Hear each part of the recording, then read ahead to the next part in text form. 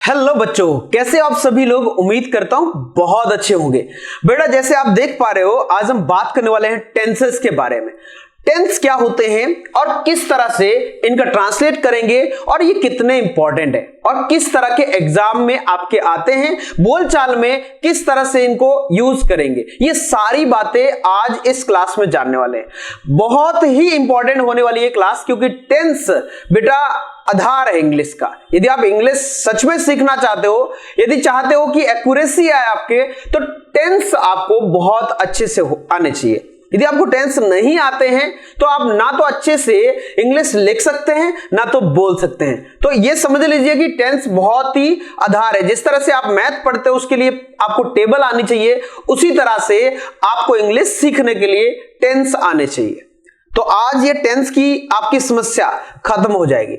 लगभग बेटा 10 से 12 वीडियो रहेंगे टेंस से रिलेटेड, लेकिन उसके बाद टेंस आपको कभी टेंशन नहीं देंगे, ये तो मैं एश्योर कर रहा हूं आपको। बस जैसे जैसे मैं कहूंगा पढ़ाऊंगा वो आपको अच्छे से सुनना है और उस पे अमल करना है, घर पे प्रैक्टिस करनी है, होमवर्क करना है, जो भी दिया जाए वो करना है। चलिए तो शुरू करते हैं बेटा आज की क्लास को। बात करते हैं टेंसेस। जैसा आप देख पा रहे हो यहां लिखा है टेंस। बेटा टेंस का मतलब होता है बेटा, यदि हम नॉर्मल जनरल बात करें तो टेंस का मतलब होता है टाइम। क्या मतलब होता है बेटा? टाइम। सबको पता चल गया, टेंस का मतलब टाइम। क्लियर? यहां लिखा है काल। अब यहां काल या समय बात एक ही है। बेटा टेंस को यानी कि टाइम को कितने भागों में बांटा गया है? 3 भागों में। सबको पता है, एक जो चल रहा है, एक जो बीत गया है और एक जो आने वाला है। मतलब जैसे मैं यहां खड़ा हूं तो अभी प्रेजेंट में हूं, अभी पीछे चला गया, अभी पीछे हूं तो पास्ट में, आगे तो ये फ्यूचर। बात समझ में आई? जैसे यहां की बात कर रहा हूं, ये प्रेजेंट हो गया। अब यदि हम पीछे की बात करूं तो बेटा ये पास्ट, और आगे बात करूं, आगे जो होगा वो फ्यूचर में आएगा। कभी भी पहचानना हो तो बेटा प्रेजेंट में हमेशा हिंदी में क्या मिलता है मिलता है बेटा, और पास्ट में हमेशा था या आ की मात्रा, गया, लिया, दिया, खाया, ये सब बेटा हमारे पास्ट होते हैं। समझ में आया? अब यदि फ्यूचर की बात करें तो इसमें गा, गी, गे, इस तरह की बातें हमें देखने को मिलेगी। जैसे मैं जाऊंगा, मैं खाना खाऊंगा, मैं पढ़ूंगा, मैं पढ़ाऊंगा, ये सब बेटा फ्यूचर टेंस है। बात समझ में आ रही है? जैसे मैंने कहा मैं पढ़ाता हूं, प्रेजेंट, मैं पढ़ाता था, पास्ट, और मैं पढ़ाऊंगा, फ्यूचर। क्लियर हुआ? तो 3 टेंस होते हैं, ध्यान रखेंगे। कितने बेटा? 3 टेंस होते हैं। आगे बात करते हैं बेटा, ये उस तरह से जैसे मान लो अभी हम बात करेंगे आगे, एक दादाजी है। चलिए तो अब बात करते हैं, जैसा अभी मैंने कहा कि टेंस कितने बेटा? 3 तरह के होते हैं। बोलो मेरे साथ, प्रेजेंट, पास्ट, फ्यूचर। प्रेजेंट मतलब जो चल रहा है, पास्ट जो बीत गया, फ्यूचर जो आने वाला है। इतना सबको याद होगा, यहां लिखा है। मैंने अभी कहा कि बेटा प्रेजेंट को कभी पहचानना हो हमेशा याद रखना, हिंदी में लास्ट में है देखने को मिलता है देखने को मिलता है, हूं देखने को मिलता है, हो देखने को मिलता है। तो ये सारी पहचान बेटा प्रेजेंट की है। सबसे लास्ट में हम ये चीज देखेंगे। आगे देखिए पास्ट की, तो बेटा पास्ट की पहचान था, थी या थे, या बेटा आ की मात्रा, ई की मात्रा जब भी लास्ट में बचता है, जैसे गई, लिया, दिया, गया, बोला, ये सब हमारे पास्ट होते हैं। मतलब जो काम हो गया वो पास्ट में चला जाता है, वो हो रहा है प्रेजेंट में और आगे चल के होगा फ्यूचर में। अब देखिए फ्यूचर में क्या होगा? अभी हमने थोड़ी देर पहले कहा गा, गी और गे, ये हमारे पहचान हो जाएगी, गा, गी, गे। क्लियर? अब लिख लो बेटा, हेडिंग डालिए टेंस। और टेंस कितनी तरह के होते हैं? 3 तरह के। There are 3 types of tenses. लिख लीजिए टेंस, हेडिंग डालिए, उसके बाद लिखिए tense means time. There are 3 types of tenses. Number 1 present, past और फ्यूचर। और इनके बारे में भी लिख लेना कि प्रेजेंट को पहचानेंगे कैसे, पास्ट को बेटा पहचानेंगे कैसे, और फ्यूचर को कैसे पहचानेंगे। सब आपके सामने, अच्छे से लिख लो जल्दी से बेटा। क्लियर? ये सबको बात क्लियर हो गई? चलो बेटा आगे बढ़ रहे हैं, तो सबको बात याद होगी। अब यहां आपके सामने आ रहा है टेंस का, क्या आ रहा है? टेंस का चार्ट। और टेंस का चार्ट ये आपके सामने आ गया बेटा। अब ये इंपॉर्टेंट है, थोड़ा सा ध्यान देंगे इसको, ठीक है, अभी मैं ये सारे एक एक टेंस आपको करवाने वाला हूं, लेकिन चार्ट को समझ लीजिए कि पढ़ने क्या वाले हैं हम, ये हमें पता होना चाहिए। देखो बेटा, ये आपके सामने टेंस का चार्ट है, इसमें देखो बहुत अच्छे से मैंने समझाने का प्रयास किया है। ये टेंस मतलब ये दादा दादी जी है, हेड ऑफ फैमिली। यहां देखिए, ये जो दादा दादी जी क्या है, हेड ऑफ फैमिली है। बात समझ रहे, ये हो गया टेंस। बेटा इनके क्या है, 3 बेटे हैं। कितने बेटे, 3 बेटे। आगे इनका भी फैमिली बन गई है, वो बात अलग है, लेकिन कितने बेटे हैं, 3 बेटे हैं। एक ये बेटा है बेचारा, अभी जवान है। एक ये है जो अभी क्या है, पुराना हो गया, यानी कि पास्ट है। और ये है, ये आने वाली पीढ़ी है। देखिए ये मतलब अभी, और ये थोड़े से बड़े हैं और ये छोटे हैं। अभी आगे इनकी क्या होगी, शादी होगी, बच्चे होंगे। अभी इनका पहले से ही बता दिया, एज्यूम कर लिया है, ठीक है। तो दादाजी के कितने, 3 बेटे हैं, तो 3 परिवार हो गए इनके। इनके भी आगे अभी तो बताया 1 2 2 है, लेकिन इनके भी क्या है, 4 बेटे। बेटा कितने, 4 बेटे हैं। ध्यान देंगे, 4 बेटे हैं तो कैसे, ये एक बेटा, ये एक, ये 4 बेटे हैं किसके, ये प्रेजेंट के। किसके बेटा, प्रेजेंट के। पास्ट के भी क्या है, 4 बेटे हैं। पास्ट के भी क्या है बेटा, 4 बेटे। देखो एक ये हो गया, ये हो गया, ये हो गया और ये हो गया। और फ्यूचर के भी कितने हैं, 4 बेटे हैं। बात समझ में आई। Future indefinite, continuous, perfect, perfect continuous, ये उनके नाम है। फिर बता रहा हूं, मेरे साथ बोलेंगे, दोहराएंगे बेटा। प्रेजेंट के 4 बेटे हैं, उनके नाम क्या क्या है, present indefinite, present continue, present perfect, present perfect continue. हाँ जी, सबको याद हुआ। आगे बात करते हैं पास्ट की। Past indefinite, past continue, past perfect, past perfect continue. सबको याद हुआ। आगे बेटा, फ्यूचर इंडेफिनेट है, ये फ्यूचर कंटिन्यू है, और ये फ्यूचर परफेक्ट है, और ये फ्यूचर परफेक्ट कंटिन्यू है। बात सबको याद हुई। तो सबको बेटा, सबके देखो कॉमन है, आप याद रखना। इंडेफिनेट इसमें भी है, कंटिन्यू ये भी है, कंटिन्यू परफेक्ट ये है। अब इसी तरह देखो, इंडेफिनेट है, यहां चेंज क्या हुआ, बस पास्ट। इंडेफिनेट ये भी है और इंडेफिनेट ये भी है। यहां भी देखिए कंटिन्यू है, यहां भी कंटिन्यू, यहां भी, और ऐसे परफेक्ट, ये तीनों परफेक्ट है, और ये सब परफेक्ट कंटिन्यू है। ये सबको बात याद हो गई पक्का। अब देखिए, मैंने अभी आपको बताया कि इनमें सब में है होता है। देखो एक बहुत अच्छी बात, सब में देखो है होता है, तो देखो यहां ता है, रहा है, चुका है, रहा है प्लस टाइम। इसमें टाइम एक्स्ट्रा जुड़ जाता है बेटा।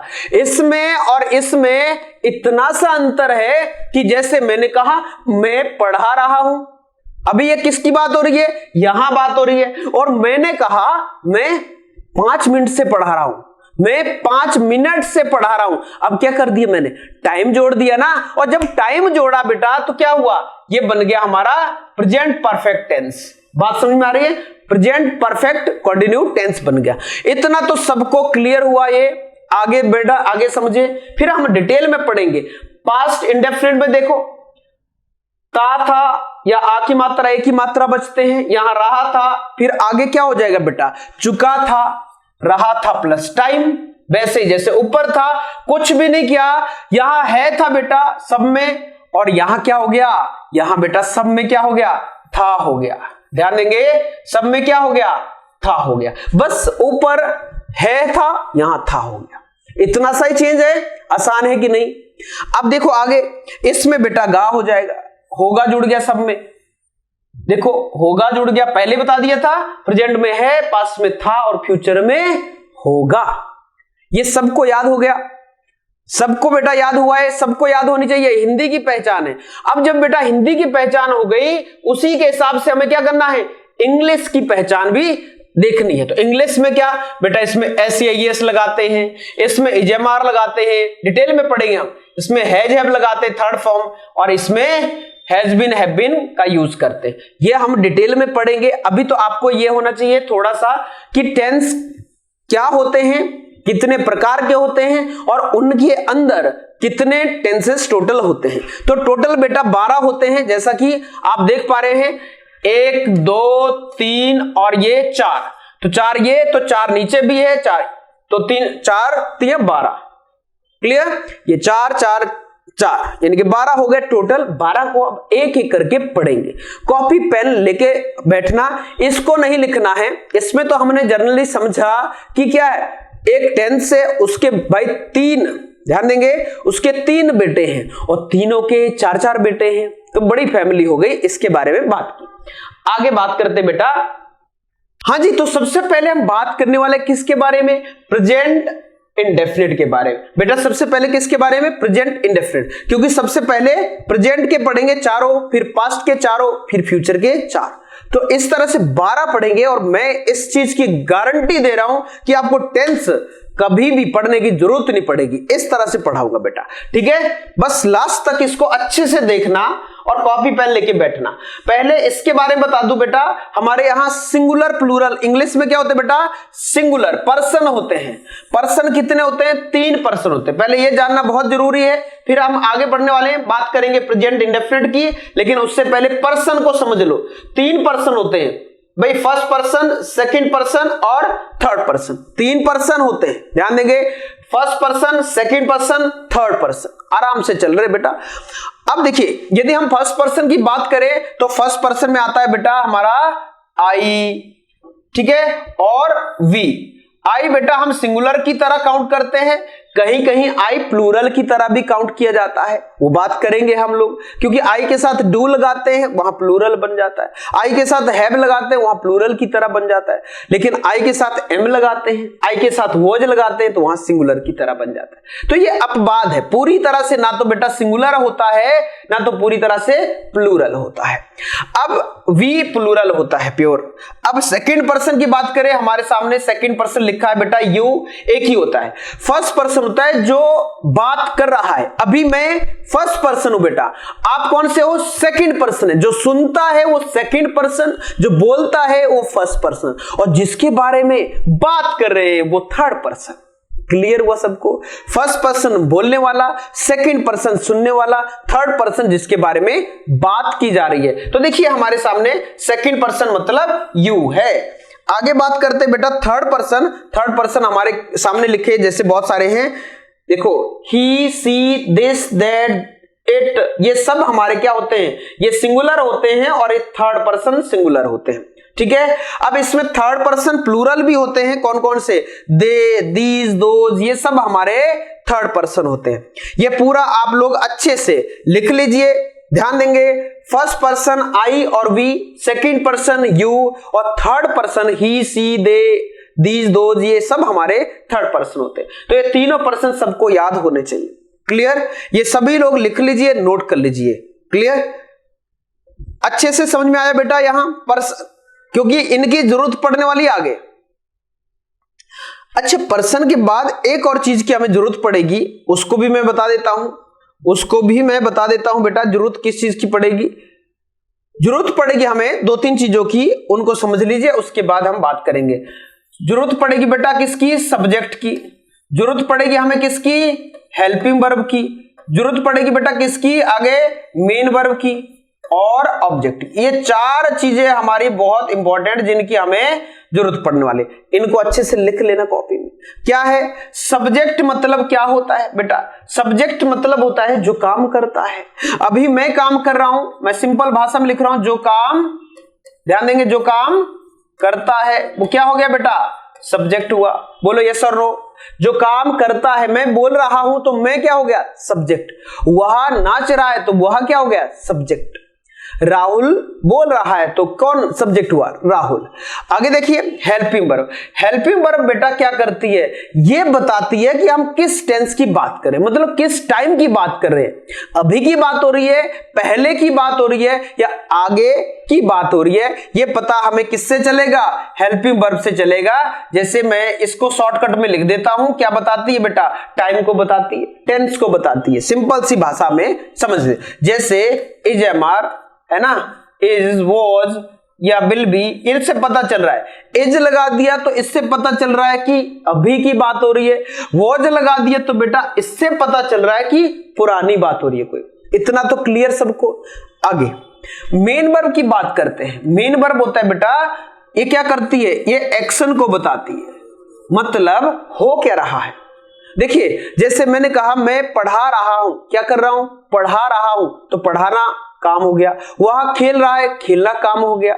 मैं नाच रहा हूं, नाचना काम हो गया। मैं हंस रहा हूं, हंसना काम हो गया। तो मतलब है जो काम होता है सेंटेंस में वो मेन वर्ब रिप्रेजेंट करता है। इसकी फॉर्म होती है कुछ जिनको हम याद करेंगे आगे चल के। ऑब्जेक्ट, और मैंने बहुत सारी मेन वर्ब याद भी करवाई होगी, बहुत सारे आपने वीडियो देखे होंगे मेरे। ऑब्जेक्ट, ऑब्जेक्ट क्या होता है, मतलब है कि मेरा, जैसे मैंने कहा आई एम टीचिंग यू, आई ध्यान देंगे, जैसे आई एम टीचिंग, मैं पढ़ा रहा हूं, और किसको, यू। तो यहां समझेंगे, थोड़ा ध्यान से समझेंगे। आई तो हो गया बेटा सब्जेक्ट, क्योंकि कौन पढ़ा रहा है, मैं पढ़ा रहा हूं, तो ये हो गया सब्जेक्ट। अच्छा एम क्या हो गया, हेल्पिंग वर्ब, समझ में आता है। ये क्या हो गया, मेन वर्ब हो गया बेटा, सबको समझ में आ गया होगा। और यू क्या हो गया बेटा, ऑब्जेक्ट हो गया। ऑब्जेक्ट क्या होता है, जो हमारा ये उद्देश्य बताता है कि हम क्यों उस काम को कर रहे हैं। ध्यान देंगे, वो क्यों उस काम, जैसे मैंने कहा मैं कहानी लिख रहा हूं, क्या लिख रहा हूं, कहानी, तो कहानी मेरा क्या हो गया, ऑब्जेक्ट हो गया। मैं तुम्हें पढ़ा रहा हूं, तुम मेरे लिए क्या हो गए, ऑब्जेक्ट हो गए। मैं चाय पी रहा हूं, तो क्या पी रहा हूं, चाय, तो चाय मेरे लिए क्या हो गया, ऑब्जेक्ट हो गया। बात समझ में आई। तो ये हमारी चारों चीजें क्लियर है सबको, जितने भी बच्चे मुझे देख रहे हैं बैठे यहां, सबको ये चारों चीजें क्लियर होनी चाहिए। Subject, helping verb, main verb, object, तभी हम आगे बढ़ेंगे, तभी आपको आगे की चीजें समझ में आएगी। उम्मीद करता हूं यहां तक समझ में आ गया होगा अच्छे से।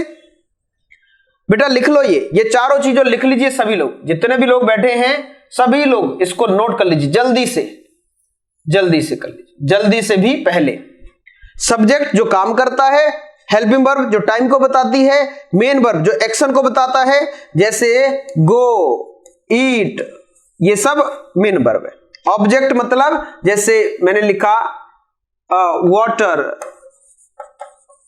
या मैंने लिख दिया फूड, ये सब हमारे ऑब्जेक्ट की कैटेगरी में आ जाते हैं। क्लियर, चलिए उम्मीद करता हूं यहां तक आप लोगों को अच्छे से क्लियर हो गया होगा, अच्छे से क्लियर हो गया होगा। मैं इरेज कर दूं या इसको मैं छोटा कर देता हूं, या इरेज कर देता हूं, आप सबको क्लियर हो गया होगा, ठीक है, लिख लिया होगा सबने। चलिए आगे बढ़ते बेटा, आगे देखिए बेटा, आगे अब बात करें प्रेजेंट इंडेफिनिट, मेन मुद्दे पे आते हैं। पहला टेंस बात कर रहे हैं हम, पहला टेंस आपके सामने है, क्या बोल रहा है देखिए। प्रेजेंट से पता चल रहा है किसकी बात होगी, है की बात हो रही होगी। और इंडेफिनिट मतलब होता है बेटा ऐसी चीजें जो होती रेगुलर है लेकिन कब होती है एग्जैक्ट नहीं बताया जाता है, ठीक है। जैसे मैं पढ़ाता हूं, वो गाता है, नाचता है, खाता है। जैसे हम बात करें बेटा, इस टेंस को सिंपल प्रेजेंट टेंस भी कहते हैं। देखिए ये भी ध्यान रखना थोड़ा सा, कई बार हम लोग पढ़ते हैं, कोई टीचर ने पढ़ाया प्रेजेंट इंडेफिनिट टेंस, अब दूसरे टीचर आए उन्होंने बोल दिया सिंपल प्रेजेंट टेंस, तो आप पता चला कंफ्यूज हो गए। ऐसे नहीं बेटा, ये दोनों एक ही बात कह रहे हैं। प्रेजेंट इंडेफिनिट बात हो चाहे सिंपल प्रेजेंट की बात हो, ये एक ही चीज को डिनोट करते हैं। इतना सबको क्लियर हुआ। आगे बात करते हैं, इसकी पहचान क्या होती है बेटा, पहचान होती है इसकी ता है, ती है, ते है, मतलब बात है में खत्म होगी। ये इसमें क्या होता है, ऐसी चीज आती है जो रेगुलर होती है। ध्यान देंगे, जो रेगुलर होती है, जैसे हमारी जितने भी कहावतें हैं, जितने भी कोई महापुरुषों के स्टेटमेंट है जो कभी भी चेंज नहीं होते हैं, वो सारी चीजें इसमें देखने को मिलती है। यूनिवर्सल ट्रूथ है या जो भी हमारी प्रोवर्ब्स है, वो सारी हमारे किस में आती है, प्रेजेंट इंडेफिनिट टेंस में आती है। क्लियर। जैसे मैंने कहा पृथ्वी सूरज के चक्कर लगाती है, अब भी लगाती है, पहले भी लगाती थी और आगे भी लगाएगी। हम ये नहीं कह सकते कि पृथ्वी सूरज के चक्कर लगाती थी, तो गलत हो जाएगा, क्योंकि वो तो लगाती है, हमेशा से लगाती आई है। तो ऐसा, ये कुछ ऐसे सेंटेंस होते हैं जो यूनिवर्सल ट्रूथ होते हैं। बात यहां सबको क्लियर हुई, मतलब हमारे पूर्वज भी वही बात कहते थे, हम भी वही बात कह रहे हैं, और आगे हमारे आने वाली पीढ़ी, आपकी आने वाली पीढ़ी भी वही कहेगी। बातें समझ में आ गई। चलिए अब यहां पहचान तो हमें क्लियर हो गई। उदाहरण के लिए जैसे देखो बेटा, आपके सामने उदाहरण के लिए क्या है, जैसे मैंने कहा मैं जाता हूं, मैं खाता हूं, मैं खेलता हूं, सिंपल सिंपल सी। ठीक है, तो क्या हुआ, मैं जाता हूं, मैं खेलता हूं, मैं खाता हूं, मैं बोलता हूं, मैं नहाता हूं। ये सारे सेंटेंस ऐसे होते हैं जिनको प्रेजेंट इंडेफिनिट की कैटेगरी में डाला जाता है। देखिए यहां सब में क्या है, एक कॉमन चीज है, ता है, ती है, ते है, कुछ भी आ सकता है। आगे बढ़ते हैं और समझने का प्रयास करते हैं डिटेल में। बहुत ही सिंपल तरीके से समझाने की कोशिश कर रहा हूं, थोड़ा टाइम जरूर लग जाएगा, लेकिन बेटा ऐसे आ जाएगा आपको, जैसे आ जाएगा जैसे कि टू का टेबल आता है। क्लियर, टू का टेबल सबको आता है, उसी तरह से टेंस आ जाएगा। अब आपको पूछे कोई टेंस आते हैं तो आपको हंसी आए कि ये पागल पागल है क्या, कितनी सिंपल बात टेंस, और वो नहीं आएंगे क्या। जैसे आपसे आज पूछ ले कि 10th तक आपको काउंटिंग आती है क्या, तो आपको क्या होगा, हंसी आ जाएगी, यार क्या बात कर रहा है, 10th तक काउंटिंग, एक कितनी छोटी बात है। ऐसे ही आपको टेंस से रिलेटेड बात होनी चाहिए कि टेंस, मजाक मत करो यार, ये तो बिल्कुल छोटी बात है, ये तो हमें चुटकियों में आते हैं। ठीक है, तो देखिए आगे बात कर रहे हैं इसके रूल की। बेटा रूल समझ लो, स्ट्रक्चर बोलो, रूल बोलो, बात एक ही है। क्या बोल रहे हैं, पहले पॉजिटिव, ये पी मतलब बेटा पॉजिटिव, एन मतलब बेटा नेगेटिव, और आई मतलब इंटेरोगेटिव। ये बात सबको समझ में आई, इस पे कंफ्यूज नहीं होंगे। पी पॉजिटिव, एन नेगेटिव और आई इंटेरोगेटिव। अब देखिए सब्जेक्ट सबसे पहले लगाएंगे, जैसा हमने बोला काम करने वाला सबसे पहले आ जाएगा। मैं काम कर रहा हूं, मैं पढ़ाता हूं, आई टीच, या कोई भी होगा वो आ जाएगा। राहुल गाना गाता है, Rahul sings a song, Rahul पहले आ गया। ठीक है, तो यहां सब्जेक्ट आ गया पहले, उसके बाद बेटा क्या होगा, वर्ब आएगी। वर्ब में एस या ईएस भी लग सकता है। ये कब लगेगा, जब हमारे सामने क्या होगा, सब्जेक्ट कैसा होगा बेटा, सिंगुलर होगा। हमने अभी पढ़ा सिंगुलर प्लूरल, अभी पढ़े थे, तो सिंगुलर होगा तो हम लगाएंगे एस या ईएस, प्लूरल होगा तो केवल बेटा मेन वर्ब की क्या लगाएंगे, फर्स्ट फॉर्म। अब आप बोलोगे सर ये तो समझ में आ गया कि प्लूरल होगा तो वर्ब की फर्स्ट फॉर्म, सिंगुलर होगा तो एस या ईएस, लेकिन ये दो दिए हैं हमारे पास, एस या ईएस, क्या अंतर है इनमें, तो अंतर समझ लो बेटा।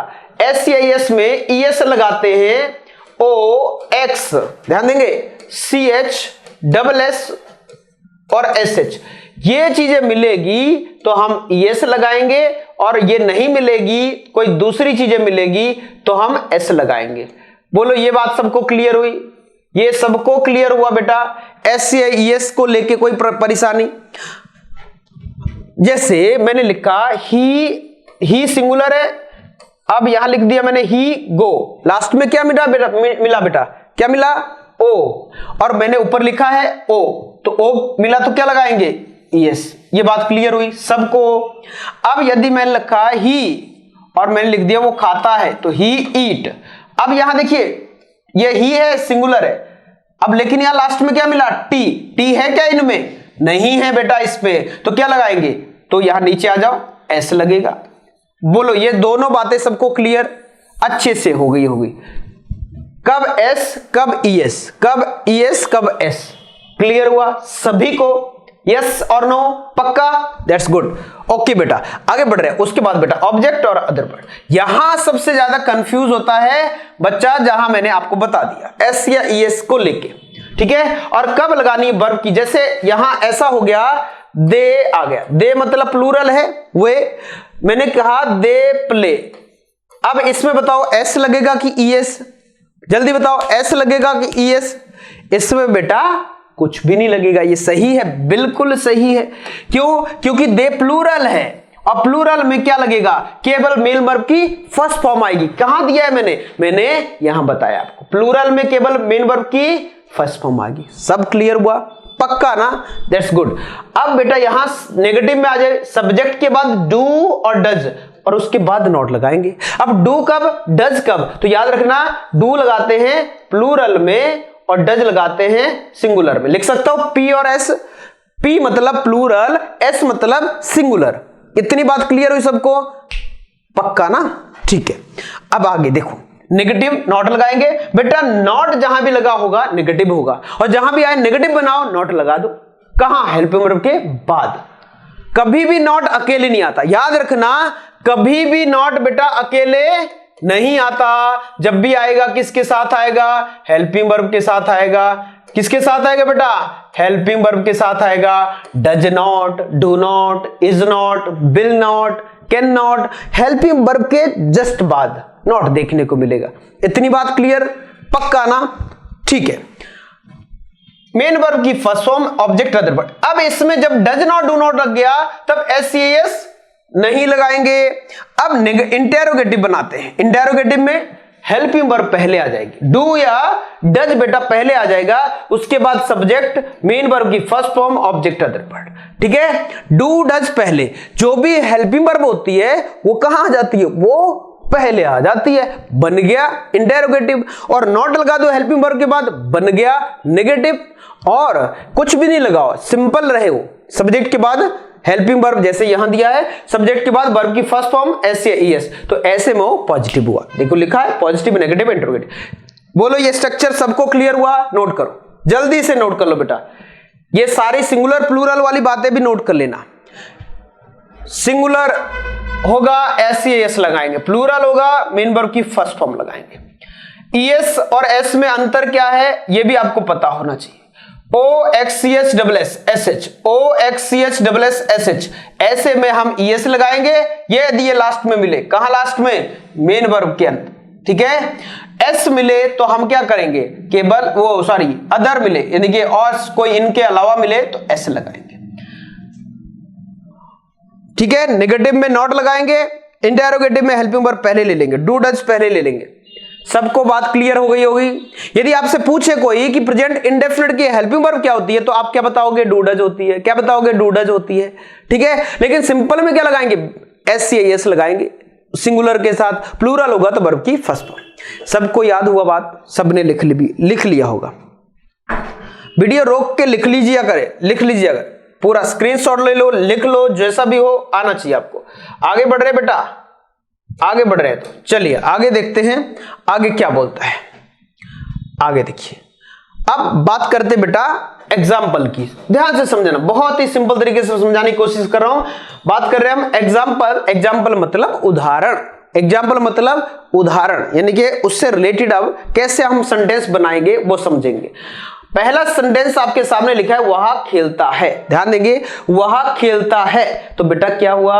He plays. क्या हो जाएगा? ही, वह के लिए ही लगा दिया, और खेलता है प्ले, खेलना के लिए प्ले, और है के लिए बेटा यहां एस या ईएस मान लो। ठीक है, तो हो गया, क्योंकि हम प्रेजेंट इंडेफिनिट में एस या ईएस लगाते हैं कब? सिंगुलर के साथ। ओ वहां प्लूरल होता है। ऐसा होता कि दे प्ले, तो बेटा ये एस या ईएस नहीं लगेगा इसमें, क्योंकि क्या है ये दे यहां प्लूरल है। ये बात समझ में आई? ही यहां सिंगुलर था इसलिए एस लगा, दे यहां प्लूरल है इसलिए कुछ नहीं लगेगा। बोलो ये बात सबको क्लियर हुई? क्लियर? जैसे आ गया वी, यहां भी लगेगा नहीं, वी प्ले, हम खेलते हैं। लेकिन ऐसा आ गया सी, तो बिल्कुल लगेगा, सी प्लेज हो जाएगा। ऐसा आ गया राम लड़का है, सिंगुलर है, क्या हो जाएगा? प्लेज, एस लग जाएगा। ये सबको बात क्लियर हुई? एस या ई एस कब नहीं लगाना है, कब लगाना है? चलिए, कंसेप्ट क्लियर होना चाहिए बेटा, आपको क्या, क्यों, कैसे पता होना चाहिए। आगे बढ़ रहे हैं, आगे देखिए आगे क्या बोल रहे बेटा। अगला है आपके सामने, वह पढ़ाता है। ध्यान देंगे, क्या है? वह पढ़ाता है, तो वह पढ़ाता है तो क्या हो जाएगा? पढ़ता है, सॉरी, वह पढ़ता है, पढ़ाता नहीं पढ़ता है। He reads, read S singular है ही, इसलिए यहां एस लग गया। फिर नेगेटिव बनाएंगे तो क्या हो जाएगा बेटा? He does not read, does लग जाएगा नेगेटिव बनाने के लिए, डज। और डज क्यों लगा? क्योंकि यहां ही सिंगुलर है। सिंगुलर में डज, प्लूरल में डू, सिंगुलर में डज, प्लूरल में डू, सबको याद होना चाहिए। नॉट तो लगना ही है। फिर इंटेरोगेटिव बनाएंगे तो क्या हो जाएगा बेटा? इंटेरोगेटिव में डज पहले आ जाएगा। डज ही रीड, क्या हो जाएगा? Does he read. और जब भी इंटेरोगेटिव बनाएं तो बेटा क्या करेंगे? हेल्प, ये क्वेश्चन मार्क है, इसको जरूर लगाएंगे। जब भी इंटेरोगेटिव बनाएं ये क्वेश्चन मार्क जरूर लगाएं। क्लियर हुआ? ये भूलना नहीं तो बेटा कई बार नंबर कट जाते हैं। तो ये बात तो सबको क्लियर हो गई होगी। लिख लो बेटा, ये एग्जांपल लिख लो। Positive, negative, interrogative, positive, negative, interrogative. चलिए बहुत सिंपल वे में समझाने की कोशिश कर रहा हूं बेटा, लिखते भी चलना है साथ में और समझते भी चलना है और देखते भी चलना है, सुनते भी चलना है। मैं दौड़ता हूं, मैं क्या करता हूं, मैं दौड़ता हूं, तो क्या हो जाएगा आई रन। अब आई में हमने देखा था बेटा आई क्या होता, सिंगुलर होता है, लेकिन मैंने बताया था कहीं कहीं प्लूरल की तरह प्रयोग किया जाता है। तो आई ना तो पूरी तरह से सिंगुलर कंसीडर किया जाता है ना तो प्लूरल। हम ज्यादातर वैसे सिंगुलर की कैटेगरी में भी देखते हैं इसको, क्योंकि आई मतलब मैं अकेला।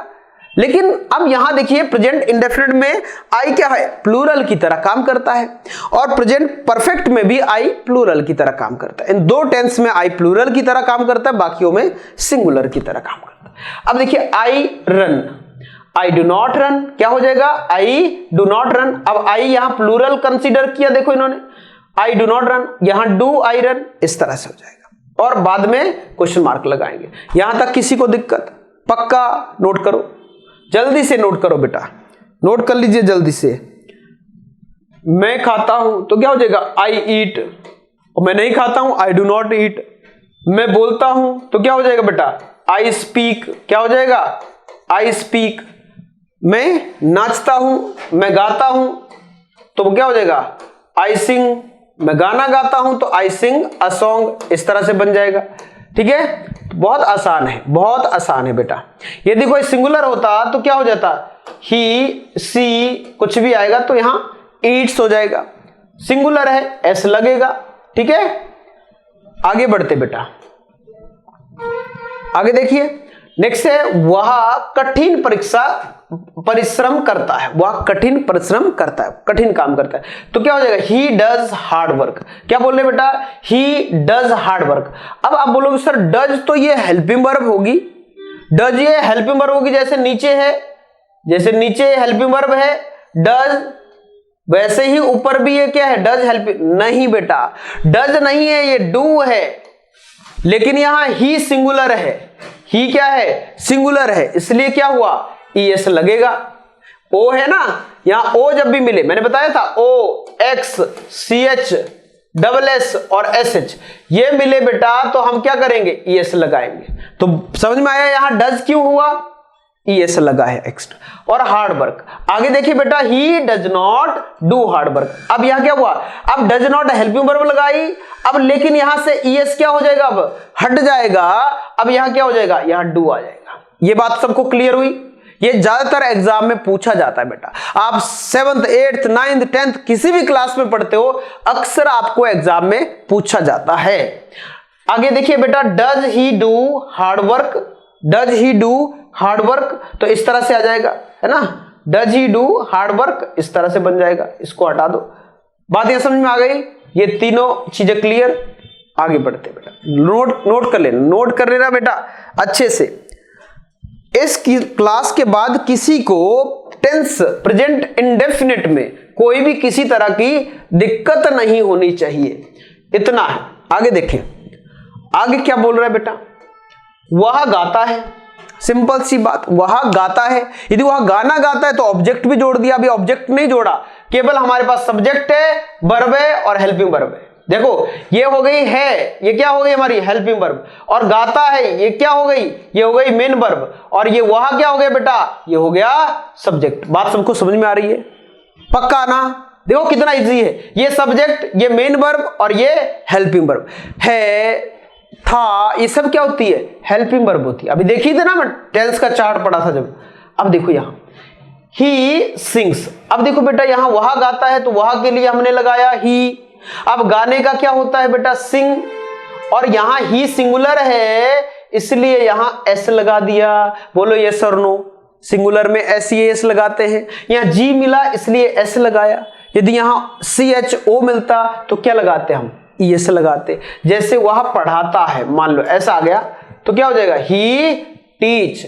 अब ही सिंगुलर है तो इसमें क्या लगेगा, हाँ जी एस या ईएस, तो क्या लगा देंगे यहां ईएस लग जाएगा। बोलो सबको समझ में आया।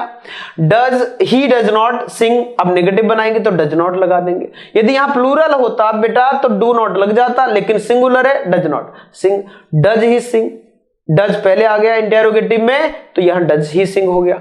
यहां अब तो समझ में आ रहा होगा, नेगेटिव इंटेरोगेटिव, इंटेरोगेटिव में हेल्पिंग वर्ब पहले खींच लो, और नेगेटिव में हेल्पिंग वर्ब के do not, does not, do not, does not. कितना आसान है, क्लियर। आगे बढ़ते हैं बेटा। अब लिखना रहने दो, आपने लिख लिया, अब समझो अच्छे से, और अच्छे से कुछ एग्जाम्पल को समझो।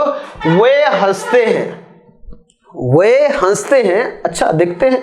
दे लाफ, अब यहां एस नहीं लगेगा, एस सिंगुलर में ही लगाते हैं। दे प्लूरल हो गया बेटा, they do not laugh, do they laugh इस तरह से बन जाएगा, डू दे लाफ इस तरह से बन जाएगा। आगे देखिए बेटा, आगे देखिए, नेक्स्ट आपके सामने, मैं उसे डांटता हूं, मैं उसे डांटता हूं। आई हो गया यहां मैं, और डांटने का क्या हो गया बेटा, स्कॉल्ड, आई स्कॉल्ड हिम। उसे लड़का है तो हिम आ गया, लड़की होगा तो हर। याद रखना, हिम मतलब दोस्तों क्या, लड़के के लिए बेटा, किसके लिए, लड़के के लिए, और ये जो हर है वो लड़की के लिए। बोलो समझ में आया। जैसे ही किसके लिए, लड़के के लिए, और सी किसके लिए, लड़की के लिए। ये बात सबको समझ में आ गई, पक्का, गुड। अब नेगेटिव बनाएंगे तो सब लोग आ गया होगा सबको, डू नॉट लगा देंगे, आई है डू नॉट लग जाएगा, और इंटेरोगेटिव बनाएंगे डू पहले लग जाएगा, और हेल्पिंग वर्ब ये क्वेश्चन मार्क आ गए। हाँ जी, सबको क्लियर। ऐसा कोई बच्चा नहीं होना चाहिए जिसको समझ में नहीं आ रहा हो। कमजोर से कमजोर बच्चे को भी समझ में आना चाहिए। वह स्कूल जाता है, बिल्कुल सिंपल है। अक्सर आपसे पूछा जाता है, टेंस आते हैं, बताओ, वह स्कूल जाता है, राम खाना खाता है, इस तरह से। तो ये तो आपको ऐसे होना चाहिए कि मजाक मत करो, हमारे साथ मजाक नहीं। ही सब्जेक्ट है, स्कूल बेटा यहां ऑब्जेक्ट की तरह काम करता है, जाता है ये मेन वर्ब हो गई, ये हेल्पिंग वर्ब हो गई, चारों चीजें दी गई है, चारों चीजें सब्जेक्ट हो गया, ये क्या हो गया है, ये हो गया ऑब्जेक्ट, ये हो गया बेटा मेन वर्ब, और ये हो गया हेल्पिंग वर्ब की तरह, है ना, है। अब देखो यहां क्या हो जाएगा, ही सब्जेक्ट के लिए लगा दिया, जाने के लिए बेटा मेन वर्ब आती है रूल में, गो लगाया, लेकिन ईएस लगा, क्यों, क्योंकि सिंगुलर है। टू स्कूल, स्कूल जाता है। कहीं भी जाने के लिए हम क्या करते बेटा, टू का यूज करते हैं। हाँ जी, कहीं भी जाने के लिए हमेशा टू लगाते हैं। I am going to market, I am going to school, I am going to Indore, I am going to Bhopal. कहीं भी जाते हैं तो टू का यूज करते हैं जाने के लिए। टू क्या करता है, डायरेक्शन को बताता है। क्लियर हुआ। आगे देखिए, ही डज नॉट गो, अब नेगेटिव बन गया तो यहां क्या हो गया बेटा, यहां ईएस हट जाएगा तो गो ही बचा, go to school, does he go to school, इस तरह से बन जाएगा। ये बात सबको समझ में आई। डज नॉट क्यों लगा, क्योंकि नेगेटिव बना रहे हैं। अब ईएस हट जाएगा, केवल गो आएगा, क्योंकि डज नॉट जब लग जाता है तो हाँ, तो डज नॉट कैसे आया पता चल गया होगा बेटा, नेगेटिव बनाया। अब यहां ईएस हट जाएगा, इसलिए गो ही अकेला बचा, और इंटेरोगेटिव बनाने के लिए डज पहले ले लिया और ही गो टू स्कूल, इस तरह does he go to school, इस तरह से हो जाएगा। बात समझ में आई। मैंने कहा आई टीच, नेगेटिव बनाना है, I do not teach, interrogative do I teach. जैसे मैंने कहा तुम खेलते हो, यू प्ले, अब negative you do not play, interrogative do you play. कितना आसान है कि नहीं। अच्छा, एक और होता है इंटेरोगेटिव नेगेटिव, जैसे मैंने कहा do you not play, do you not sing a song, do you not go to school, इस तरह से बन जाएगा। और एक होता है बेटा यहां डबल इंटेरोगेटिव भी बताता हूं अभी, जिसमें व्हाट, व्हेन, वेयर ये पहले आ जाता है। मतलब इंटेरोगेटिव है ऑलरेडी, उसके पहले व्हाई, व्हेन, हाउ, हु, ये सारी चीजें आ जाएगी। अभी ये बताऊंगा बना के एक दो। वे किताबें पढ़ते हैं, वे किताबें पढ़ते हैं। देखो बेटा, दे रीड बुक, अब यहां क्या हुआ, दे रीड बुक्स ऐसे लग जाएगा यहां, क्योंकि किताबें हैं, थोड़ा सा ये ध्यान रखना। दे रीड बुक, एस नहीं लगेगा। They do not read book, do not लग जाएगा, क्योंकि प्लूरल में डू नॉट लगता है। डू दे रीड, इस तरह से। और बेटा इंटेरोगेटिव आए, डबल इंटेरोगेटिव, जैसे क्यों, कैसे, कहां, तो यहां कुछ नहीं है, वो शब्द लगा दो। अब देखो क्या हो जाएगा, वो क्यों किताब पढ़ता है, जैसे why do they read book, books, why do they read books, इस तरह से होगा। तो क्या किया बेटा, व्हाट हो, व्हेन हो, वेयर हो, यहां सब यहां पहले आ जाएगा, उसके बाद हेल्पिंग वर्ब आ जाएगी। क्लियर? यानी कि क्वेश्चन वर्ड जब भी आएगा तो याद रखना उसके तुरंत बाद हेल्पिंग वर्ब और सब्जेक्ट और आगे उस तरह से ही आ जाएगा, क्वेश्चन मार्क आगे एंड में लग जाएगा। ये रूल हो जाता है। क्वेश्चन वर्ड सबसे पहले, हेल्पिंग वर्ब, सब्जेक्ट और आगे। क्लियर? पक्का? दैट्स गुड, बहुत अच्छे बेटा, शाबाश, बहुत इंटेलिजेंट है सभी लोग, सभी लोगों को आ रहा है अच्छे से। लिख लेना, टाइम जरूर लग जाएगा बेटा, हो सकता है क्लास आधे घंटे की हो जाए, लेकिन अच्छे से आ जाएगा। आप ध्यान रखना, अच्छे से आ गया। बरसात होती है तो क्या हो जाएगा बेटा, it rains, it does not rain, और डज इट रेन। अब आप बोलोगे सर बरसात पहले क्यों नहीं आया, यहां बरसात होती है तो कई बोलेंगे रेन, शुरू करेंगे रेन, अब क्या होती है के लिए रेन डू, रेन डज या रेन हैपन, ऐसा नहीं होता है। याद रखना जब भी हम इस तरह की बातें करते हैं जहां सब्जेक्ट नहीं दिया हो या कोई एब्स्ट्रैक्ट नाउन हो, एब्स्ट्रैक्ट नाउन मैंने नाउन पढ़ा है आपको अच्छे से, एब्स्ट्रैक्ट नाउन हो तो ऐसी स्थिति में बेटा क्या करते हैं हम, ऐसी स्थिति में इट का यूज करते, क्या करते हैं, इट का यूज करते हैं। ध्यान देंगे, क्या करते हैं बेटा, इट का यूज करते हैं। जैसे मैंने कहा इट इज डार्क टुडे, अंधेरा है आज, इट इज मंडे टुडे, आज सोमवार है। इसी तरह से इट रेन्स, बरसात होती है। इट डज नॉट रेन, बरसात नहीं होती है। डज इट रेन, क्या बरसात होती है। या ऐसा बोल सकते हैं बारिश होती है तो इट रेन्स, बारिश नहीं होती है, डज नॉट रेन, और डज इट रेन, बारिश, क्या बारिश होती है। इस तरह से बनता है। बोलो क्लियर है सबको, नोट कर लो बेटा। चलिए आगे देखिए, लास्ट वन आपके सामने बेटा, वे लड़के खेलते हैं, they boy play, they boy play, they boy do not play, do they boys play, इस तरह से बन जाएगा। बिल्कुल सिंपल है, इसमें तो कुछ खास नहीं है, अब आप आराम से बना लोगे। मैंने कुछ एग्जाम्पल भी आपके लिए लाए हैं, वो आपको खुद प्रैक्टिस करने बेटा। कुछ ऐसे एग्जाम्पल है, देखो मैं इनको थोड़ा सा मीनिंग लिख देता हूं, आप लोग वीडियो रोक के इसको करोगे कॉपी में, अभी के अभी कॉपी में करोगे। वो लड़के खेलते हैं, ये आपको बनाना है। खेलने का पता ही आपको प्ले होता है, ठीक है। मैं पानी पीता हूं, पीने का बेटा ड्रिंक होता है, सबको पता है। और उसके बाद मैं अंग्रेजी पढ़ता हूं तो क्या होगा, पढ़ने का क्या होता है, रीड होता है, और अंग्रेजी का आप जानते हो इंग्लिश होता है।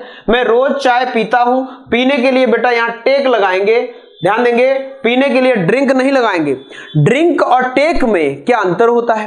ड्रिंक होता है बेटा जैसे हम कभी भी कोई चीज को एक साथ पी जाते हैं, जैसे पानी है एक साथ, दूध है एक साथ पी गया। गर्म चीजें होती है उनको हम स्विप करके पीते हैं। ऐसी स्थिति में या तो स्विप लगाओ या तो सिप लगाओ या तो टेक लगाओ। हम लोग टेक ज्यादातर यूज करते हैं तो टेक चल जाता है। वह यहां रोज आती है, आने को बेटा कम बोलते हैं, आप बना सकते हो इजीली। उसके बाद तुम हमेशा झूठ बोलते हो, झूठ बोलने को बेटा लाई बोलते हैं, आप बना सकते हो। राहुल रोड पर दौड़ता है, दौड़ने को रन बोलते हैं। बोलो समझ में आया, आप लोग इनको बनाइए, ठीक है, सब लोग बनाएंगे। आगे देखते हैं, नेक्स्ट आपके सामने आप लोगों के लिए टेस्ट है, ये भी आपको करना है, ये भी आपको करना है। अब आपको मैं मीनिंग भी नहीं बताऊंगा क्योंकि इसमें सारी मीनिंग ऐसी है जो आपको आती होगी। इसमें देखिए, खाने के लिए ईट बोलते हैं, पढ़ाने के लिए पढ़ता हूं रीड हो गया, जानता हूं नो हो गया, और नो मतलब ध्यान देना KNOW, हम लोग पढ़ते हैं, पढ़ने को रीड बोलते हैं बेटा, खेलते हैं प्ले, पढ़ते हैं गाते हैं, गाने को सिंग बोलते हैं, दौड़ना रन होता है, चरना बेटा ग्रेज होता है, चरना ग्रेज होता है, ये ध्यान रखना ग्रेज। और उसके बाद चाय गाय चरती है, ये रिपीट हो गया है, देख लेना। राम खेलता है, ये खेलने का प्ले होता है, श्याम खेलता है, हंसते हैं लाफ होता है, और गाना। क्लियर, आपको समझ में आ गया होगा।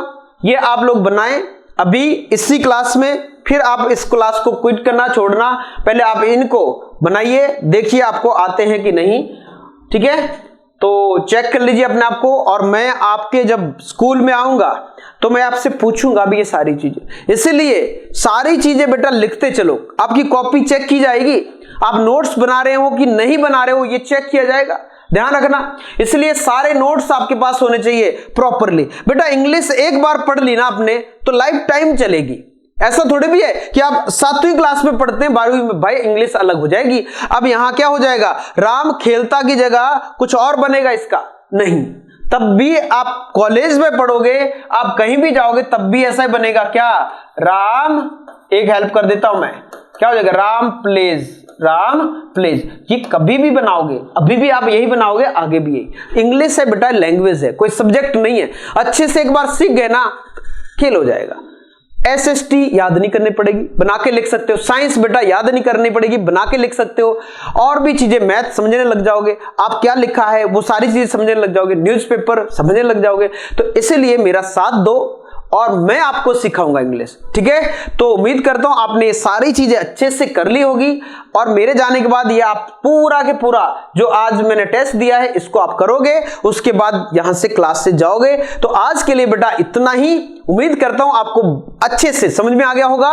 और बेटा आगे ये सारे वीडियो, लगभग 12 वीडियो होंगे, इनको अच्छे से देखना, टेंस कभी नहीं भूलोगे, ठीक है। तो आज के लिए इतना ही, मिलते हैं अगले वीडियो में, तब तक बेटा जय हिंद।